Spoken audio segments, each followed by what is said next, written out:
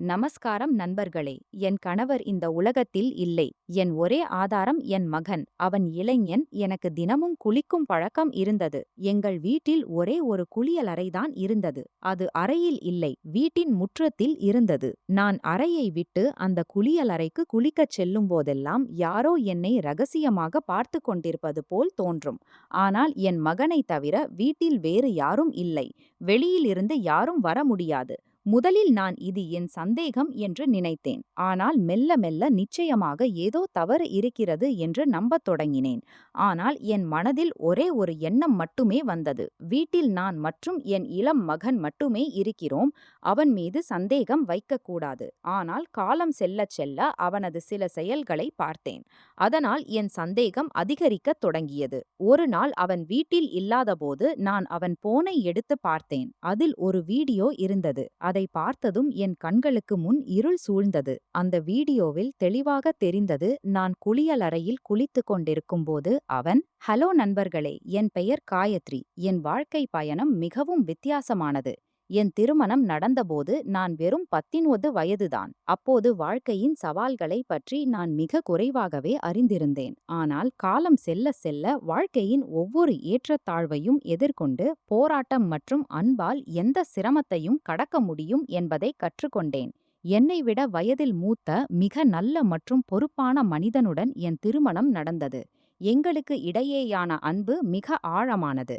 நாங்கள் சேர்ந்து எங்கள் சிறிய குடும்பத்தை மகிழ்ச்சியாக வைத்திருக்க முயற்சித்தோம். ஒரு வருடத்திற்கு பிறகு எங்களுக்கு ஒரு மகன் பிறந்தான். நான் தாயானேன். அப்போது எனக்கு வெறும் 20 வயது. என் மகன் எனக்கு ஒரு பரிசு. நான் அவனை என் உலகமாக நினைத்து அவன் வளர்ப்பில் எந்த குறையும் விடவில்லை. என் மகன் வளர வளர என் கணவரும் நானும் எங்கள் குடும்பத்தை காப்பாற்ற கடும் உழைப்பு செய்தோம். ஆனால் ஒரு நாள் திடீரென என் கணவர் இறந்துவிட்டார். இது என் வாழ்க்கையின் மிகப்பெரிய அதிர்ச்சி. என் உலகம் இப்படி மாறிவிடும் என்று நான் எப்போதும் நினைத்ததில்லை. இப்போது என் முன் ஒரு புதிய சவால் இருந்தது. இப்போது நான் என் மகனுடன் வாழ வேண்டியிருந்தது. ஆனால் அவனுக்கு பொறுப்பின் அனுபவம் இல்லை. அவன் எப்போதும் தன் தந்தையின் நிழலில் வாழ்ந்தான். ஒரு நாள் குடும்பத்தின் சுமையைத்தான் தூக்க வேண்டும் என்று கற்பனை கூட செய்ததில்லை. என் கணவர் சென்ற பிறகு வீட்டின் எல்லா பொறுப்பும் என் மகனின் மேல் விழுந்தது. நான் அவனிடம் இப்போது நேரம் வந்துவிட்டது, நீ உன் பொறுப்பை ஏற்க வேண்டும் என்று சொல்லி புரிந்துரைத்தேன். ஆனால் இவை எல்லாம் அவனுக்கு புதியதாகவும் கடினமாகவும் இருந்தது. எங்கள் வீடு பெரியதல்ல, வெறும் 2 அறைகள் மட்டுமே. வெளியே பெரிய முற்றம் இருந்தது. அந்த முற்றத்தில் குளியலறை இருந்தது. எனக்கு தினமும் குளிக்கும் பழக்கம் இருந்தது. ஆனால் என் கணவர் இந்த உலகை விட்டு சென்றதிலிருந்து குளிக்கும் போது குளியலறையில் ஏதோ விசித்திரமாக தோன்றும். யாரோ என்னை பார்த்து கொண்டிருப்பது போல். ஒரு நாள் அப்படி உணர்ந்ததும் வெளியே பார்த்தேன். யாரும் இல்லை. இது என் மாயை இருக்கும் என்று நினைத்தேன். ஆனால் மறுநாளும் அதே போல் நடந்தது. இப்போது நான் இதனால் மிகவும் கலக்கமடைந்தேன். ஆனால் இது என் மகன் ரோகனிடம் கூட சொல்ல முடியாத விஷயம். ரோகன் என் அழகான மகன். அவன் எப்போதும் கடினமாக உரைத்ததில்லை. ஆனால் சூழ்நிலை அவனை கடும் உழைப்பு செய்யும்படி கட்டாயப்படுத்தியது. அதனால் இந்த நாட்களில் அவன் மிகவும் எரிச்சலடையத் தொடங்கினான். ஒரு இரவு அவன் வந்து என் அருகில் அமர்ந்து சொல்லத் தொடங்கினான், அம்மா, நான் மிகவும் கவலைப்படுகிறேன். எல்லாம் எப்படி நடக்கும்? நாங்கள் இருவர் மட்டும்தான். ஆனால் இன்னும் இத்தனை செலவுகள் இருக்கின்றன. தந்தை எல்லாவற்றையும் பார்த்துக் கொள்வார் என்று நான் கற்பனை செய்ததில்லை. இவை எல்லாம் மிக எளிதானவை என்று நினைத்தேன். வீடு நமக்குச் சொந்தம் என்பது நல்லது. நான் அவனிடம் புரிந்துரைத்துச் சொன்னேன், மகனே, வீடு நமக்குச் சொந்தம்தான். ஆனால் அதன் பழுதுபார்ப்பும் செய்ய வேண்டும். சரியான நேரத்தில் கவனம் செலுத்தாவிட்டால் அதுவும் கெட்டுவிடும். அப்போது ரோகன் தலையை பிடித்துக்கொண்டு, இப்போது என்ன செய்வது? ஆனால் எனக்கு ஒரு யோசனை இருக்கிறது. நீங்கள் என் திருமணம் செய்து வையுங்கள். பெண் வீட்டாரிடம் பணம் கேளுங்கள். அந்த பணத்தால் வீட்டின் பழுதுபார்ப்பும் செய்வோம். கொஞ்சம் தொழிலும் செய்வோம் என்றான். அவனிடம் இதை கேட்டதும் எனக்கு ஆச்சரியமாக இருந்தது. நான் அவனை கடிந்து கொண்டு சொன்னேன், நான் இதை எப்போதும் உனக்கு கற்றுத் தரவில்லை. பெண் வீட்டாரிடம் பணம் கேட்பது நல்லதல்ல. உன் தந்தை என் பெற்றோரிடம் ஒரு ரூபாய் கூட வாங்கவில்லை. இப்படி பேசும் நபர் எனக்கு பிடிக்கவே பிடிக்காது. உன்னை இப்படி பேசும்படி வளர்த்தேனா? யாருடைய மகளை வீட்டிற்கு கொண்டு வருவது சிறிய விஷயமல்ல. அவளும் ஒரு உயிருள்ள மனிதன். அவளை கவனித்துக் கொள்ள வேண்டும். உன் தந்தை மிக நல்ல மனிதர். நீ அவரை விட சிறந்தவனாக வேண்டும் என்று நான் விரும்புகிறேன். ஆனால் நீ முதலிலேயே பெண்களின் வரதட்சணையில் கண் வைத்திருக்கிறாய். உனக்கு வேலை செய்ய வேண்டும் என்றால் கடினமாக உழைத்து சொந்தமாக ஏதாவது செய். நான் சொன்னது என் மகனுக்கு மிகவும் மோசமாக தோன்றியது. அவன் சொல்லத் தொடங்கினான். அம்மா, செலவுகள் மிக அதிகம். நான் உங்களிடம் என் மனதின் விஷயத்தை சொன்னேன். நீங்களோ இவ்வளவு நீண்ட லெக்சர் கொடுத்தீர்கள். சரி, என் திருமணம் செய்யாதீர்கள் நான் சொன்னேன். நீ எனக்கு நிரந்தர வேலை கிடைக்கும் வரை உன்னை திருமணம் செய்து கொள்ள மாட்டேன் என்று சொன்னதை கேட்டு அவன் இவ்வளவு சொல்லிவிட்டு போனான். இப்போதெல்லாம் வேலை கிடைப்பது இல்லை. கொஞ்சம் ஜுகாடு செய்ய வேண்டியிருக்கும். நான் கேட்டேன், இந்த ஜுகாடு என்ன? அவன் சொல்லத் தொடங்கினான். ஜுகாடு என்றால் ஷார்ட்கட் வழியாக பணம் சம்பாதிப்பது. நான் சொன்னேன், இப்படிப்பட்டதால் எப்போதும் எதுவும் கிடைக்காது. மனிதன் கடுமையாக உழைக்க வேண்டும். ரோகன் போன பிறகு நான் தனியாக உட்கார்ந்து யோசித்துக் கொண்டிருந்தேன்.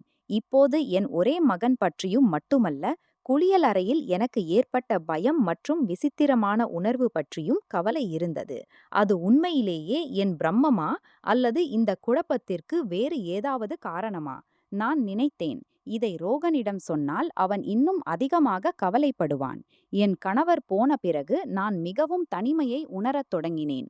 வீட்டின் சுவர்கள் என்னை பார்த்து கொண்டிருப்பது போல் தோன்றியது. ஒவ்வொரு இரவும் நான் படுக்கையில் படுக்கும்போது யாரையோ உணர முடிவது போல் இருந்தது. இவை எல்லாம் என் மனதின் மாயை என்று என்னை நம்ப வைக்க முயன்றேன். ஆனாலும் அந்த பயம் என் இதயத்தில் ஆழமாக பதிந்திருந்தது. அடுத்த நாள் காலையில் நான் முடிவு செய்தேன். நான் என்னை வலுப்படுத்திக் கொள்ள வேண்டும். என் பயங்களையும் கவலைகளையும் விட்டுவிட முடியாது. என் மகனுக்கு சரியான வழியை காட்டி உழைப்பின் முக்கியத்துவத்தை புரிய வைப்பேன் என்று முடிவு செய்தேன். ரோகனை அவன் விருப்பமான காலை உணவுடன் அழைத்து தாலி பரிமாறிய பிறகு சொன்னேன். ரோகன், உன் மீது நிறைய அழுத்தம் இருக்கிறது.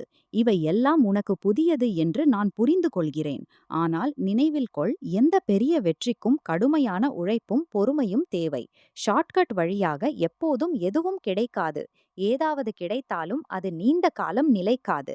உன்னிடமிருந்து எனக்கு நிறைய எதிர்பார்ப்புகள் இருக்கின்றன.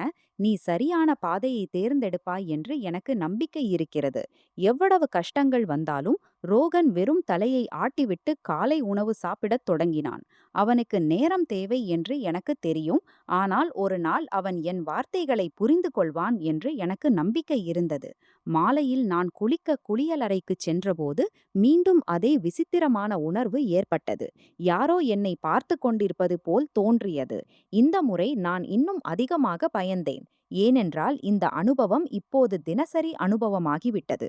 இனி அதை புறக்கணிப்பது சரியல்ல என்று நினைத்து ஏதாவது செய்ய வேண்டும் என்று முடிவு செய்தேன்.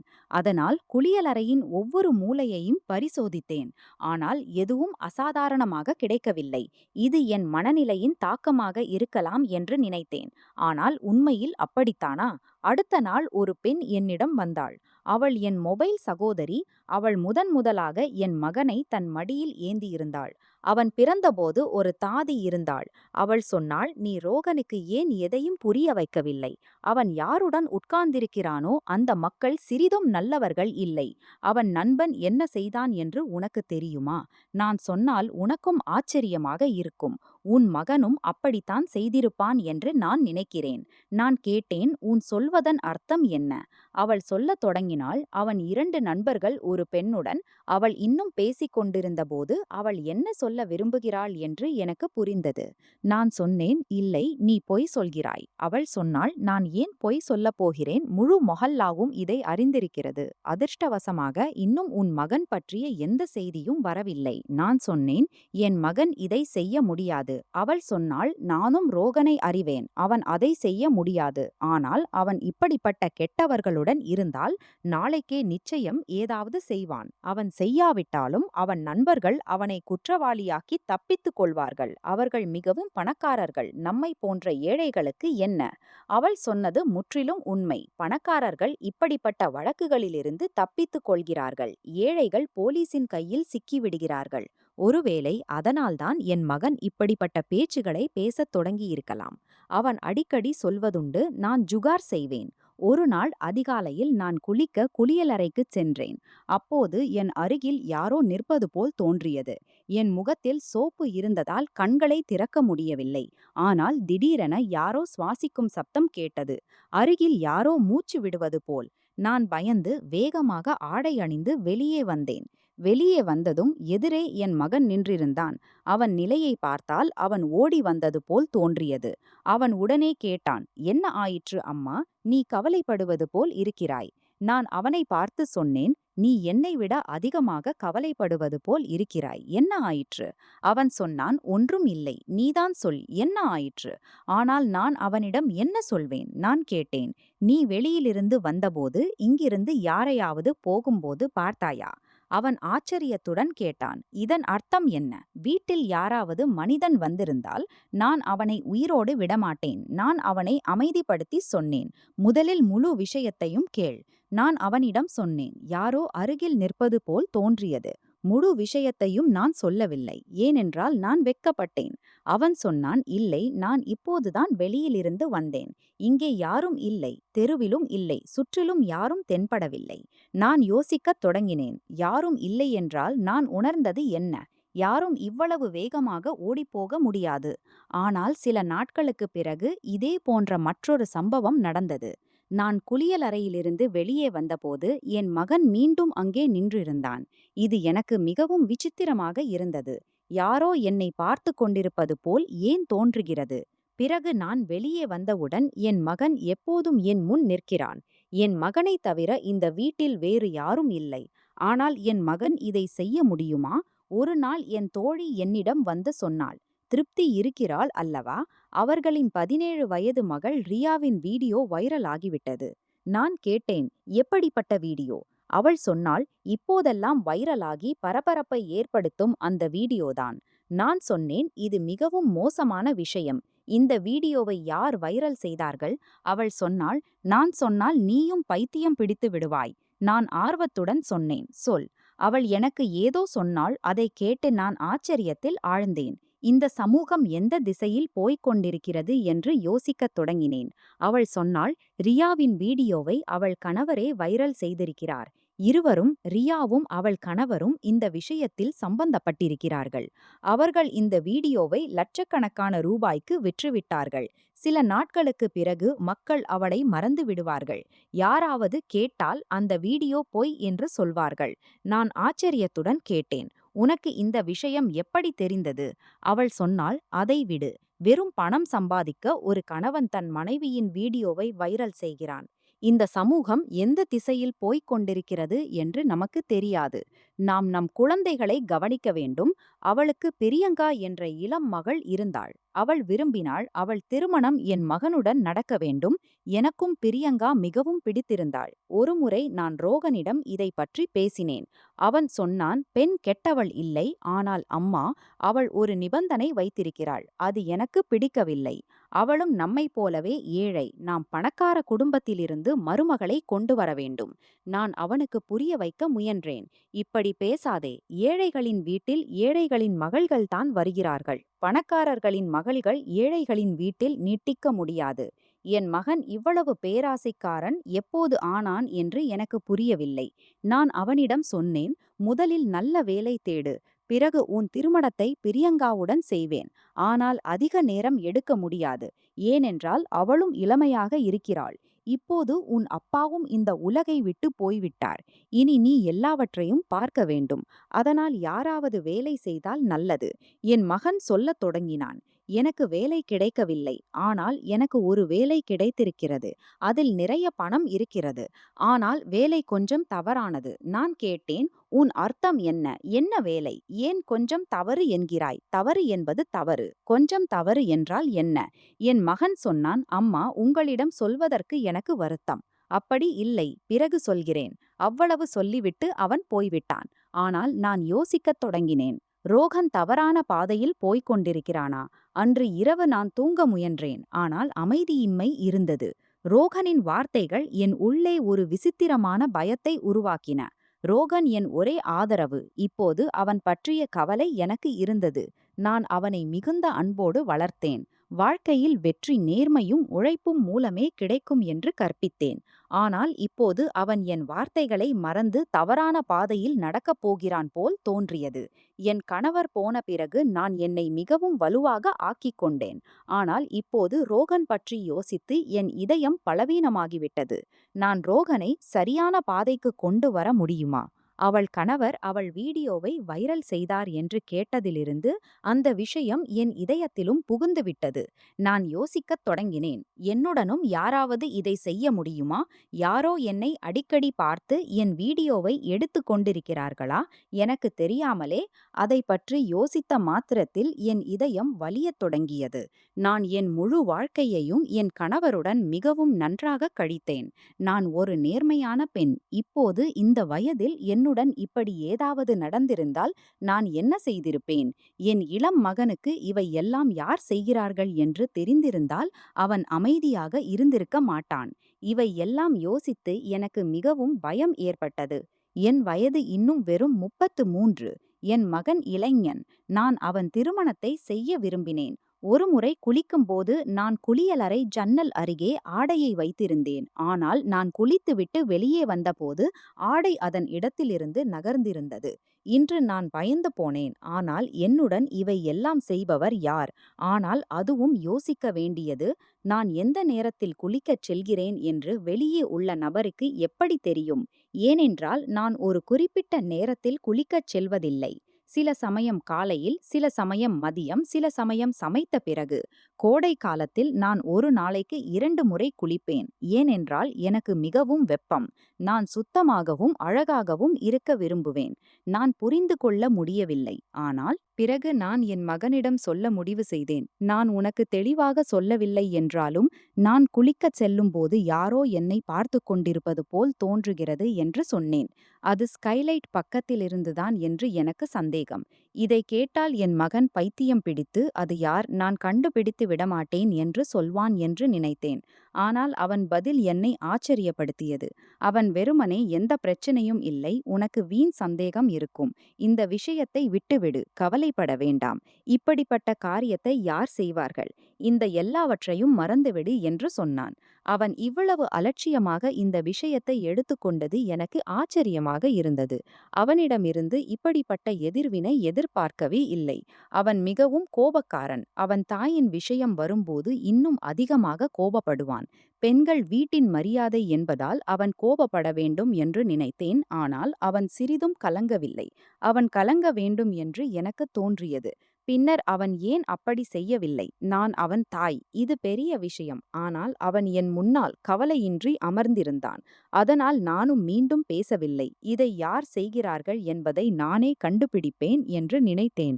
இது எனக்கு எளிதாக இல்லை. அடுத்த நாள் நான் என் திட்டப்படி செயல்பட்டேன். ஸ்கைலைட் அருகில் நின்று கவனமாக பார்த்தேன். அங்கிருந்து யாராவது பார்த்து கொண்டிருக்கிறார்களா என்று. சிறிது நேரத்திற்கு பிறகு தெருவின் மறுபக்கத்தில் சிறிது அசைவு இருப்பதை பார்த்தேன். என் இதயம் வேகமாக துடிக்கத் தொடங்கியது.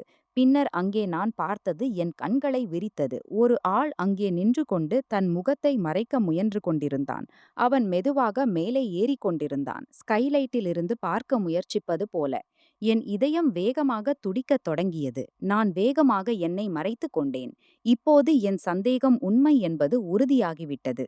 என் ஒவ்வொரு அசைவையும் கவனிப்பவர் யாரோ ஒருவர் இருந்தார். அடுத்த நாள் நான் என் நண்பியிடம் கேமரா உள்ள போன் வேண்டும் என்று சொன்னேன். நான் பதிவு செய்ய விரும்புகிறேன் என்று. அவளிடம் போன் இருந்தது, என்னிடம் இல்லை. அவள் ஒரு நாளுக்கு என் போனை தருகிறேன். ஆனால் முதலில் என்ன விஷயம் என்று சொல் என்றாள். நான் இப்போது என்னால் எதுவும் சொல்ல முடியாது, பின்னர் சொல்கிறேன் என்றேன். நண்பியிடமிருந்து போனை வாங்கி சரியாக பதிவாகும் இடத்தில் வைத்து பதிவை தொடங்கினேன். ஆனால் பதிவை பார்த்தபோது ஆச்சரியப்பட்டேன். ஏனெனில் பதிவு சரியாக ஆகவில்லை. ஒருவேளை அவளுடைய போனின் கேமரா கெட்டிருந்திருக்கலாம். அதற்கு பிறகு அவள் போனை திருப்பி கேட்டாள். அவளுக்கு போன் தேவை என்றாள். அவள் மக்களின் மகள்களின் திருமணங்களை ஏற்பாடு செய்து கொண்டிருந்தாள். அதனால் நான் அடிக்கடி போனை கேட்க முடியவில்லை. என்னிடம் அவ்வளவு பணமும் இல்லை. அந்த இடத்தை மூடிவிட்டு வேறு இடத்தில் குளியலறை கட்ட முடியவில்லை.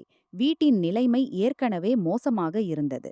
என் கணவர் இறந்தபோது அவர் மீது நிறைய வரி பாக்கி இருப்பது தெரிய வந்தது. அதனால் மக்கள் வந்து என்னிடம் பணம் கேட்டுக்கொண்டிருந்தார்கள். என் மகனும் நிரந்தர வேலை இல்லாததால் ஒன்றும் செய்ய முடியவில்லை. ஆனால் இந்த நாட்களில் என் மகன் மிகவும் கலங்கியிருந்தான். ஒரு நாள் போனில் யாரோடு பேசிக் கொண்டிருக்கும்போது அவன் இப்போதெல்லாம் மக்கள் இப்படிப்பட்ட வீடியோக்களால் பெரிய வருமானம் ஈட்டுகிறார்கள். ஆனால் இப்படிப்பட்ட வீடியோக்கள் செய்வது அவ்வளவு எளிதல்ல. இது ஒரு வீடியோவின் விஷயம் மட்டும்தான். அடுத்த வீடியோ வந்தவுடன் மக்கள் முந்தையதை மறந்து விடுகிறார்கள் என்று சொன்னான். அவன் சொன்னதைக் கேட்டு நான் ஆச்சரியப்பட்டேன். யோசிக்கத் தொடங்கினேன். ஒரு கணவன் பணம் சம்பாதிக்க மனைவியின் வீடியோவை வைரலாக்க முடியும் என்றால், ஒரு மகன் பணம் சம்பாதிக்க தன் தாயின் வீடியோவை வைரலாக்க முடியாதா? அப்படி இல்லை என்றால் என் மகன் ஏன் இப்படிப்பட்ட விஷயங்களை பேசுகிறான்? அவனிடம் எந்த விசேஷ வேலையும் இல்லை. சில நேரங்களில் கார்களின் ஷோரூமில் வேலை செய்தான். அங்கிருந்து தினமும் சிறிது பணம் சம்பாதிக்க முடிந்தது. ஆனால் அது நிரந்தர வேலை அல்ல. பேச வேறு எந்த விஷயமும் அவனிடம் இல்லை. அவன் போனை துண்டித்தவுடன் நான் உடனே அவனிடம் சென்று கேட்டேன். நீ யாரிடம் பேசிக் கொண்டிருந்தாய்? நீ எந்த வீடியோவை செய்து வைரலாக்கப் போகிறாய்? உன் மனைவியின் வீடியோவை வைரலாக்கியவன் போல நீயும் ஏதாவது செய்ய நினைக்கிறாயா என்று. என் மகன் இதைக் கேட்டு ஆச்சரியப்பட்டான். அம்மா, நீ என்ன பேசுகிறாய்? இந்த விஷயத்தை எங்கே இணைக்கிறாய்? நான் என் நண்பனிடம் பேசிக் கொண்டிருந்தேன் என்றான். பின்னர் நான் கேட்டேன், நீ எந்த வீடியோவை பற்றி பேசிக் கொண்டிருந்தாய்? இப்போதெல்லாம் எல்லா இடங்களிலும் பெண்களின் வீடியோக்கள் தான் வைரலாகின்றன. அவர்கள் நடனமாடுகிறார்கள் அல்லது வேறு ஏதாவது செய்கிறார்கள். பார்த்துக்கொள், நீ ஏதாவது தவறு செய்கிறாய் என்று எனக்கு தெரிந்தால் நான் உன்னை சிறையிலிருந்தும் விடுவிக்க மாட்டேன் என்றேன். அவன் கோபத்தில் பதிலளித்தான். அம்மா, நான் ஏன் அப்படி செய்வேன்? அதனால் எனக்கு சிறை செல்ல வேண்டியிருக்கும். பின்னர் நான் அவனுக்கு நினைவூட்டினேன். நான் குளிக்கச் செல்லும்போது யாரோ வெளியே நின்று என்னை பார்த்து கொண்டிருப்பது போல் தோன்றுகிறது. அதை பற்றி நீ என்ன செய்தாய்? முதலில் அவன் பதற்றமாக இருந்தான். பின்னர் சொல்லத் தொடங்கினான். நான் உனக்கு சொன்னேன் அல்லவா? இது உன் வீண் சந்தேகம். அப்படி எதுவும் இல்லை. இப்போது எனக்கும் கோபம் வந்தது. நான் சொன்னேன், அப்படி நடந்தால் நீ என்ன செய்வாய்? நீ அதை என்ன செய்வாய்? உனக்கு வெட்கப்பட வேண்டும். போய் முதலில் கடன் வாங்கி இந்த குளியலறையின் ஸ்கைலைட்டை மூடு. ஸ்கைலைட் அவ்வளவு பெரியது. ஒருவன் இங்கிருந்து குதிக்கவும் கூட முடியும். உன் தந்தை இந்த குளியலறையை கட்டியபோது காலம் இப்படி இல்லை. இதை கேட்டால் நீ கோபத்தால் சிவந்து ஏதாவது செய்வாய் என்று நினைத்தேன். ஆனால் நீ வேலை இல்லாமல் அமர்ந்திருக்கிறாய். ஆனால் என் மகன் ஒரு விசித்திரமான விஷயத்தை சொன்னான். குளியலறைக்குச் செல்லும்போது யாரோ உன்னை பார்த்து கொண்டிருக்கிறார்கள் என்று உனக்கு தோன்றினால் பின்னர் நீ குளியலறைக்குச் செல்லாதே. இப்போது நான் இதை பற்றி நிறைய யோசித்துக் கொண்டிருந்தேன். இப்போது எனக்கு புரிந்தது நான் என்ன செய்ய வேண்டும் என்று. இந்த வீட்டில் வேறு யாரும் இல்லாததால் என் மகனை கவனிக்க வேண்டியிருந்தது. வெளியிலிருந்து எந்த அந்நியரும் எங்கள் வீட்டிற்கு வரவில்லை. அதனால் என் மகனுக்கு திடீரென்று என்ன ஆயிற்று என்று ஆச்சரியப்பட்டேன். முன்பு சிறிய சிறிய விஷயங்களுக்கு கோபப்படுவான். ஆனால் இப்போது முற்றிலும் சாதாரணமாகிவிட்டான். மறுபுறம் பிரியங்காவின் தாய் அடிக்கடி சொல்லிக் கொண்டிருந்தாள். அவளுடைய மகள் என் மகனை விரும்புகிறாள் என்று. அவன் நல்ல வேலை கிடைக்கச் சொல்ல வேண்டும் என்று விரும்பினாள். அதனால் அவர்கள் நிச்சயதார்த்தம் செய்ய முடியும். ஆனால் இந்த நாட்களில் என் மகன் எந்த திசையில் செல்கிறான் என்று என்னால் புரிந்து கொள்ள முடியவில்லை. பிரியங்காவும் பைத்தியம்தான். அவளுக்கு ரோகனுடன் காதல் வந்துவிட்டது. ஒரு நாள் நான் குளித்துவிட்டு வெளியே வந்தேன். ரோகனின் போன் அவன் அறையில் கிடந்தது. என் மனதில் என்ன வந்ததோ தெரியவில்லை. அவனுடைய போனை சரிபார்த்து அதில் என்ன இருக்கிறது என்று பார்க்கலாம் என்று நினைத்தேன். இறுதியில் அவன் என் மகன். அவனுடைய போனை சரிபார்க்க எனக்கு உரிமை உண்டு. அதனால் போனை எடுத்து திறந்தேன். அதில் ஒரு வீடியோ இருந்தது. அந்த வீடியோவை பார்த்த பிறகு என் கால்களுக்கு அடியிலிருந்து தரை சறுக்கிவிட்டது. அது குளியலறையின் வீடியோ. அதில் என்ன நடக்கிறது என்பது தெளிவாக தெரிந்தது. என் கண்களில் கண்ணீர் வந்துவிட்டது. என் நிலை விசித்திரமாகிவிட்டது. வேறு வீடியோ இருக்கிறதா என்று மீண்டும் போனை சரிபார்த்தேன். ஆனால் அங்கே ஒரே ஒரு வீடியோதான் இருந்தது. நான் அந்த வீடியோவை பார்த்து கொண்டிருந்தேன். திடீரென்று யாரோ என் தோளில் கை வைத்தார்கள். நான் திடுக்கிட்டு பின்னால் திரும்பி பார்த்தேன். என் மகன் அங்கே நின்று கொண்டிருந்தான். அவனுடைய போன் என் கையில் இருப்பதையும் நான் அந்த வீடியோவை பார்த்திருப்பதையும் அவன் பார்த்தான். இதை பார்த்து என் மகனின் முகம் கடுமையாகிவிட்டது. அவன் கண்களில் பயத்தின் நிழல் இருந்தது. என் கண்களிலும் ஒரு கேள்வி இருந்தது. அதை இறுதியாக கேட்க உட்கார்ந்தேன். பதிலை கேட்டு நான் திகைத்துப் போனேன். நான் என் மகனை பார்த்தேன். என் கண்களில் கண்ணீர் வந்துவிட்டது. "நீ இதையெல்லாம் எப்படி செய்தாய்?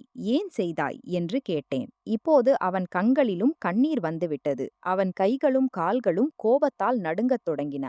அவன் ஆழ்ந்த மூச்சு விட்டுச் சொன்னான், "நான் அந்த நாளில்தான் செய்தேன். நீ என்னிடம் யாரோ உன்னை இரகசியமாக பார்த்து கொண்டிருக்கிறார்கள் என்று சொன்னபோது நீ என்ன நினைக்கிறாய்? நான் கைகால்களை பிடித்துக்கொண்டு உட்கார்ந்து விட்டேனா? நீ யாரோ உன்னை பார்த்து கொண்டிருக்கிறார்கள் என்று சொன்னபோது எனக்கு மிகுந்த கோபம் வந்தது. ஆனால் என் கோபம் உன்னை கலங்கடிக்கும் என்றும் நீ பயப்படுவாய் என்றும் எனக்கு தெரியும்.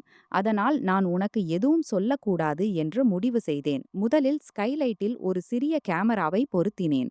அதன் முகம் வெளியே இருந்தது. அதிலிருந்து நான் வெளியேயுள்ள காட்சிகளை பார்த்து கொண்டிருந்தேன். அதே கேமராவிலிருந்து எனக்கு தெரிந்தது, அது எங்கள் பகுதியைச் சேர்ந்த ஒரு பையன் தெருவில் நின்று கொண்டு பார்த்து கொண்டிருந்தான். தண்ணீர் விழும் சத்தம் கேட்டவுடன் உள்ளே யாரோ குளிக்கச் சென்றிருக்கிறார்கள் என்று புரிந்து கொண்டு உள்ளே பார்க்க முயற்சிப்பான்.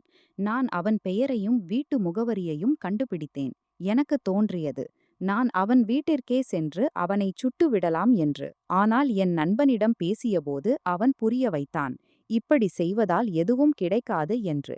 அவன் உன் தலையின் சில வீடியோக்களை எடுத்திருக்கிறான். அவனிடம் இருக்கிறது.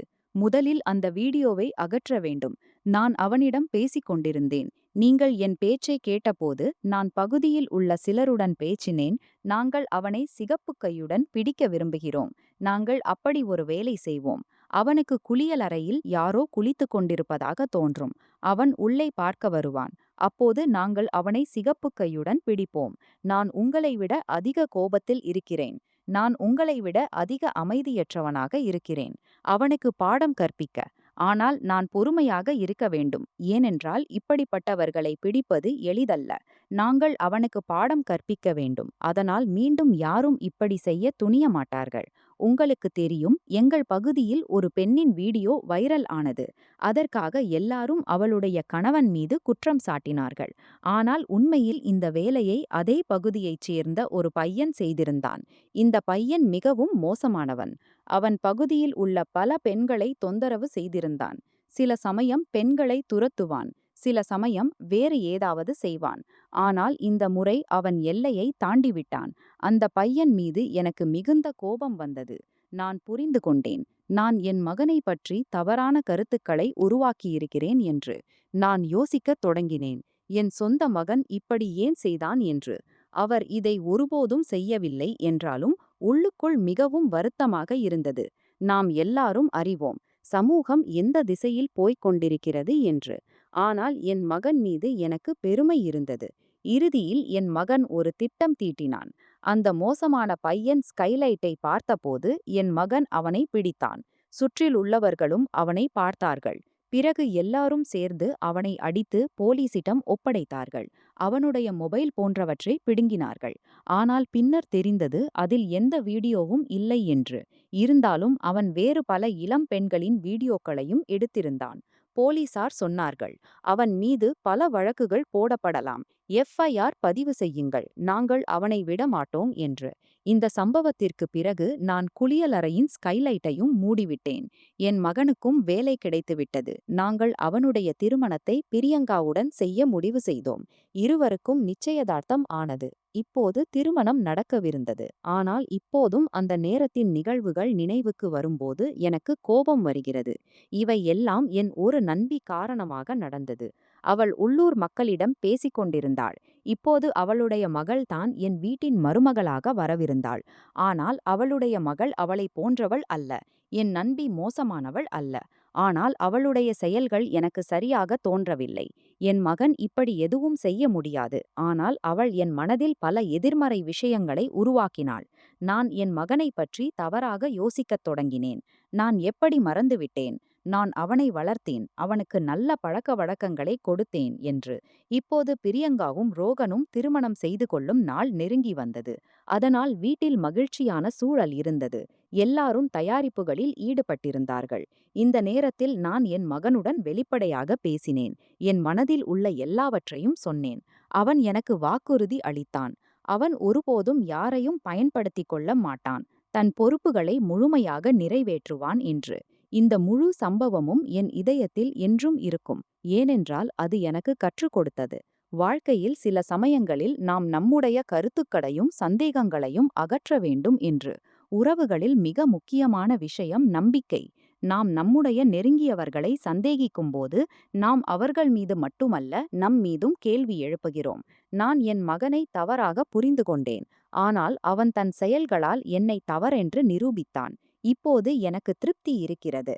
அவன் என் நம்பிக்கையை பாதுகாத்தான். ரோகனின் திருமணத்திற்கு பிறகு நான் இந்த முடிவுக்கு வந்தேன். ஒவ்வொரு தாய் மகன் உறவிலும் அவசரமும் சந்தேகமும் இருக்கும். ஆனால் உண்மையான சோதனை அப்போதுதான் நடக்கிறது. நாம் கஷ்டங்களிலும் ஒருவருக்கொருவர் ஆதரவாக இருக்கும்போது. இந்த சம்பவம் எனக்கு இதையும் நினைவுபடுத்தியது. சமூகத்தில் என்ன நடந்தாலும் நாம் நம் குடும்பத்திற்கு உண்மையாகவும் நம்பகத்தன்மையுடனும் இருக்க வேண்டும். ஏனென்றால் இந்த உறவுகள்தான் எப்போதும் நம்மை தோற்கடிக்காமல் காப்பாற்றுகின்றன. கஷ்டங்களை நீக்க வலிமை தருகின்றன. உங்கள் வாழ்க்கையில் இப்படி ஏதாவது நடந்திருந்தால் தயவு செய்து கமெண்ட் செய்து சொல்லுங்கள். என் கதை உங்களுக்கு எப்படி இருந்தது என்பதையும் கமெண்டில் நிச்சயம் சொல்லுங்கள். லைக், ஷேர், சப்ஸ்கிரைப் நிச்சயம் செய்யுங்கள். தேங்க்யூ.